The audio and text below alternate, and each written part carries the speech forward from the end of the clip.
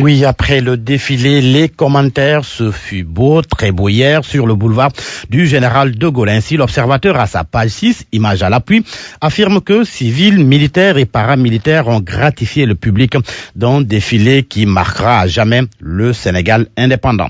L'Obs parle d'ailleurs d'une parade triomphale. Sud Quotidien est aussi tombé sous le charme de la parade militaire et civile au défilé de la 59e fête de l'indépendance.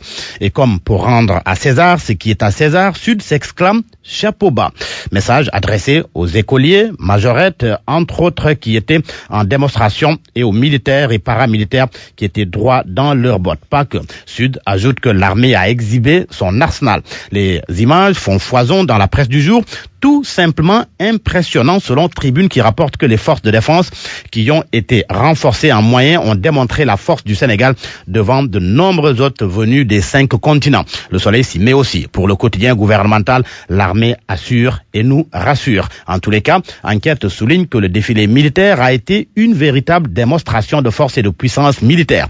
Et dire que le chef de l'État promet encore le rehaussement des moyens logistiques des forces de défense et de sécurité. Ainsi se décline en partie l'option militaire de Macky Sall. Le président Sall qui a d'ailleurs déclaré, je le cite, depuis 6 ans, nous avons entamé un programme de renforcement des équipements qu'on vient de voir. Dans le même sillage, Enquête fait savoir que pour lutter contre la criminalité organisée, le terrorisme, le trafic de drogue, de médicaments, d'explosifs, de produits chimiques, le Sénégal participe au Garci Sahel et a mis en place la LASF, Légion d'appui à la surveillance des territoires. Le Garci Sahel, c'est le groupe d'action rapide, surveillance et intervention.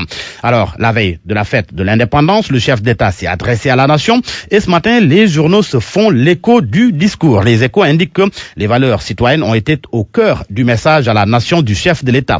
Le journal rapporte d'ailleurs ces propos selon lesquels la citoyenneté est mise à mal à bien des égards et qu'ensemble, dans un effort national, nous devons poursuivre la promotion des valeurs citoyennes. Macky déclare aussi que, on peut le lire à la page de titre du quotidien Le Quotidien, la discipline est un facteur de compétitivité et de croissance économique.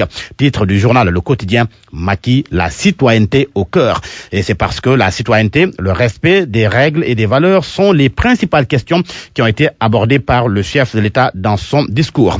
Et le journaliste et analyste politique Yorodia déclare, analyse dans le journal L'Observateur, que c'est l'une des déclarations les plus importantes de Macky Sall depuis qu'il est président. Mais pour Idrissa Seck, la citoyenneté doit commencer avec la classe dirigeante.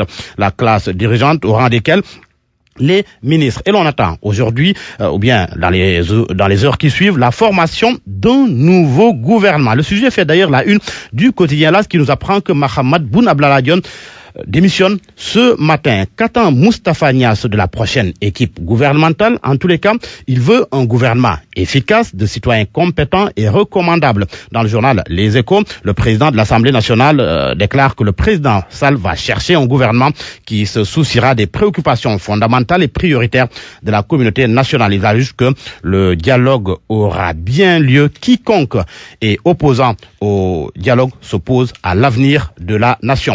Et l'on termine par le sport avec le quotidien Record qui s'intéresse au match Southampton-Liverpool. C'est dans le championnat anglais. Sadio et les Reds, faut pas interdit, s'exclame le journal, parce que tout simplement, Liverpool est pour le moment 2e de la Premier League.